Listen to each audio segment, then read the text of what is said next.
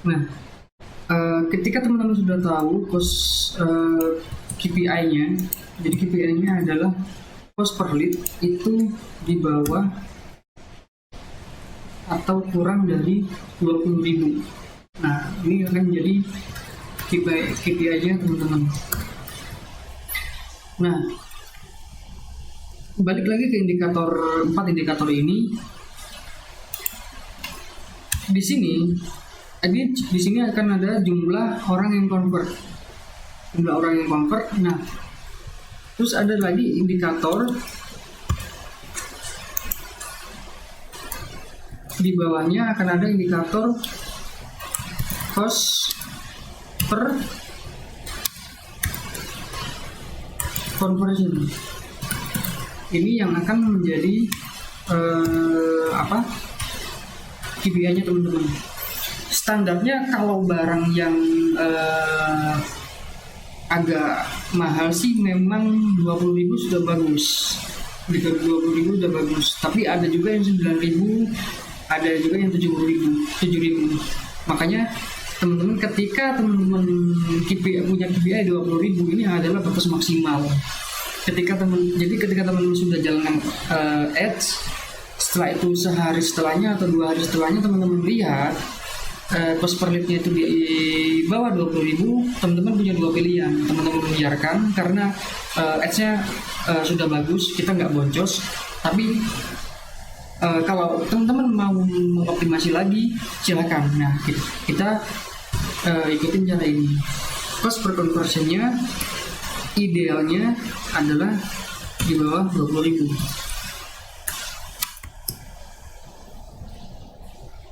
Nah, setelah itu di sini akan ada dari landing page views ke lead atau conversion. Nah, di sini ada conversion rate. Di sini tidak ada indikatornya di mana, di dashboard Facebook ya. Jadi teman-teman akan harus hitung sendiri. Misalkan nih,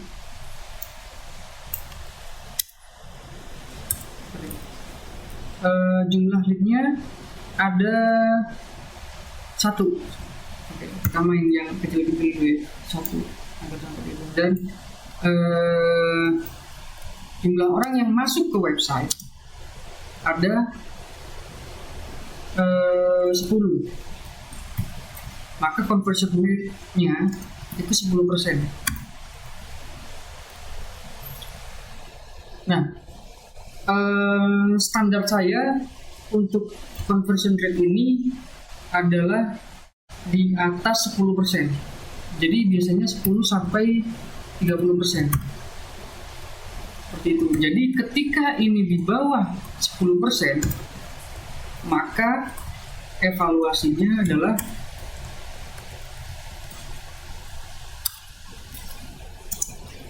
di sini aja saya catat. Evaluasinya adalah perbaiki landing page.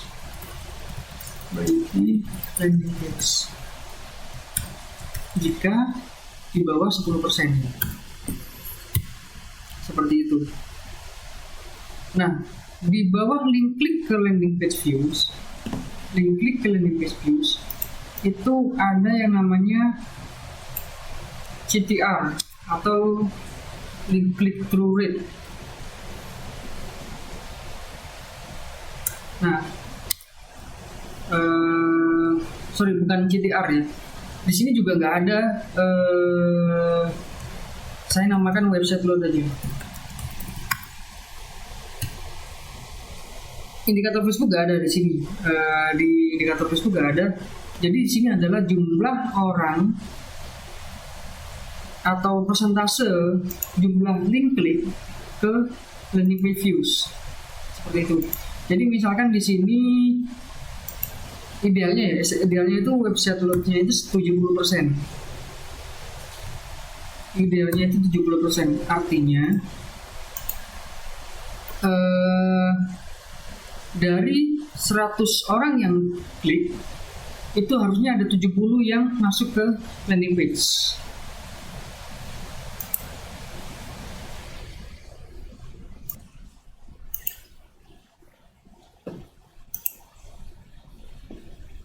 Nah, 70%. Artinya, ya misalkan ini kondisi ideal ya. Kondisi idealnya adalah 10 dibagi 70%.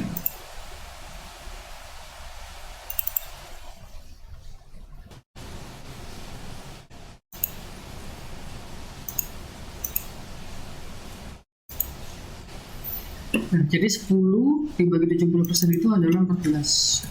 Artinya dari 14 link klik itu ada 10 orang yang views. Nah, ini kondisi ideal. Jadi ketika dia, sekali lagi, ketika dia website loads-nya ini kurang dari 70%, artinya link kliknya banyak tapi landing page-nya sedikit, artinya loading website-nya teman-teman itu yang harus diperbaiki. Jadi di sini evaluasinya perbaiki kecepatan website. Seperti itu. Nah, setelah itu kita lihat yang di sini. Ini namanya, nah kalau ini ada di dashboardnya Facebook ya, namanya CTR atau click through rate, link click through rate.